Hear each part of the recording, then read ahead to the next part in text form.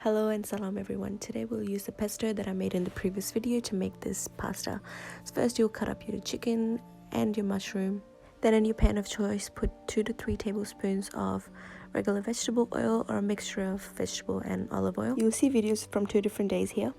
So for one, I'm using chicken and the other one is completely vegetarian. So for non-veg, you will cook your chicken first and add the garlic.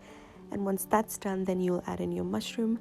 But if you are eating vegetarian only, you can skip all of this, and in your oil just add the mushrooms straight away, and then your garlic and everything else will be the same for all of it. A little tip for when you are cooking mushrooms is to cook it at high heat or medium to high heat. This way it won't release too much water and it will saute really nicely. So now moving past the chicken and mushroom situation, then you'll just have 4 to 5 cloves of garlic, mince that in and saute that until it's fragrant. So at this stage you should have your pesto ready. If you haven't seen my previous video yet, make sure you check it out because that's where the recipe is. I will put the ingredients in the description anyway. By following that recipe, you'll get 1.5 cups of pesto and you'll need all of it for this pasta. Cook this on medium heat, and in the meantime we will boil our pasta.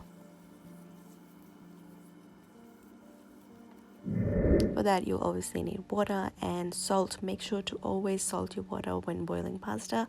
This will add in a lot of flavor, and that's also why I haven't put any salt in my sauce yet, because I'll check it at the end. Another thing that I used to do, and it's quite common to do so, is adding oil in your water. But I've stopped doing that now because I've recently learned that by doing that, you're actually coating the pasta so the sauce doesn't actually stick to it. So skip that step, and if you don't want your pasta to stick to each other, just make sure to keep stirring it every now and then and they won't stick. Also, always save some pasta water. This will make your sauce so much better. We'll use it soon. Moving back to the pasta sauce, I'm adding in some cherry tomatoes and also some sun-dried tomatoes. You don't have to use both. You can use one or the other, but I do like the taste of both of them, so that's what I'll use. Then, as you know, I like my chili, so I'm adding in some red chili flakes, and I'll be adding a bit more later on. And also a 1/4 cup of cream. You can add more if you want it creamier or less, or completely skip it if you want.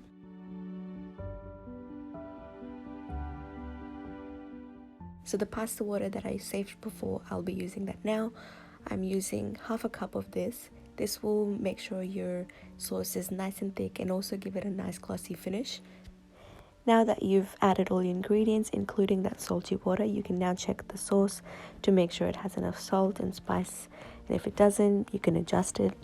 Now I'm taking a 1/4 cup of pine nuts and roasting that a little bit before adding it to the sauce as well. Once your pasta has the right consistency, you can add in your pine nuts and also your pasta and then mix it all in, make sure everything is well coated, and then it's ready to be served. Also, if you're not going to be eating all of your pasta that day, make sure to rinse your pasta with cold water before adding it into your sauce, and this will make sure it doesn't all stick together the next day.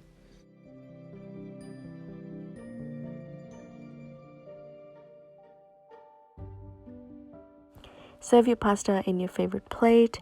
Then I'm topping it up with some cherry tomato and some basil leaves on top, and also some more pine nuts and chili flakes if you want more spicy. And of course, you can't forget the Parmesan cheese at the end of a pasta dish. Sprinkle some on top and it's ready to go. Let me know your thoughts if you give this recipe a try. But until the next video, bye!